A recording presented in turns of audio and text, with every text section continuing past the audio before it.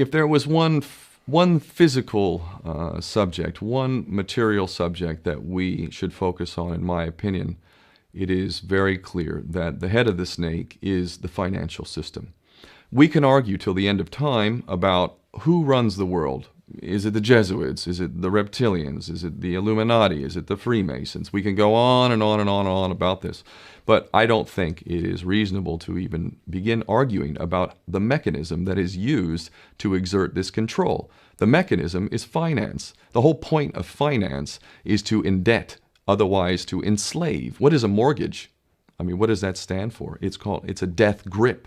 So when you get a mortgage, you have a death grip held over you because you are in debt. You don't even own the house. The bank owns the house that loans you the money to buy the house, unless you're fortunate enough to have all the money to buy it outright. And even then, you can be taxed by the government, and if you fail to keep up with those taxes, the government can then take it from you. The whole system is based on a financial fraud, which effectively takes the power that we have and it gives it to a tiny group of individuals who are running the world through the control of finance.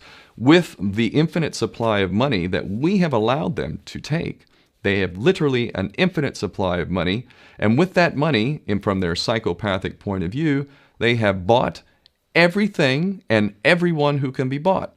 So those of us who cannot be bought, because we operate on a level that goes way beyond the material, we are not rewarded for such behavior. We are punished for such behavior. And the most slovenly, disgustingly criminal, pedophilia, corrupt moral individuals, those are the ones that are rewarded in this system, which is upside down.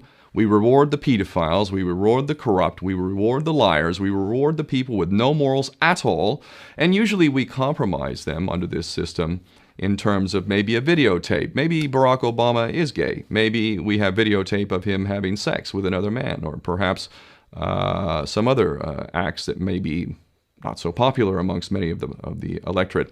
Or maybe we have videos of political leaders having sex with little boys or little girls. If I was in charge of the world and I was a psychopath and completely drunk on my own power, you can bet damn sure that's what I would do. I wouldn't allow anyone in a position of power who wasn't completely compromised.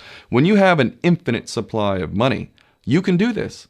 Take that supply of money away, take that power back, put it in the hands of the people, get rid of fractional reserve banking, which is an obscenity in itself.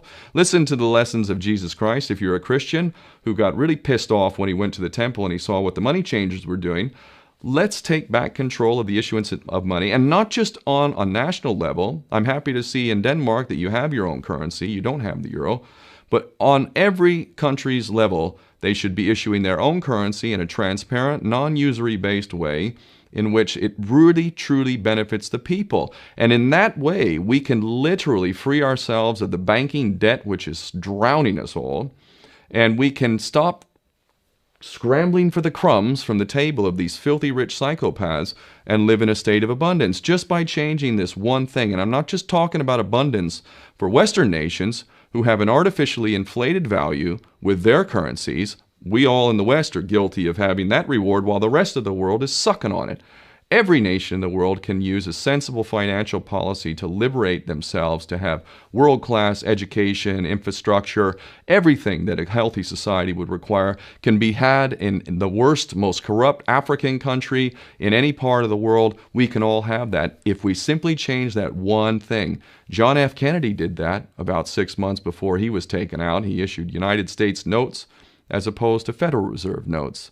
I can assure you the powers that be knew the power of that act, and they took him right out. So the bottom line is, if we as people understand this very simple principle, just this one thing, change this one thing, we can solve every other problem you can name. I don't care what the problem is. I can bring it back to the financial system and an infinite supply of money for a bunch of psychopaths who are running the world, as opposed to an abundant supply of money for all of us. So in that sense, I'm very optimistic.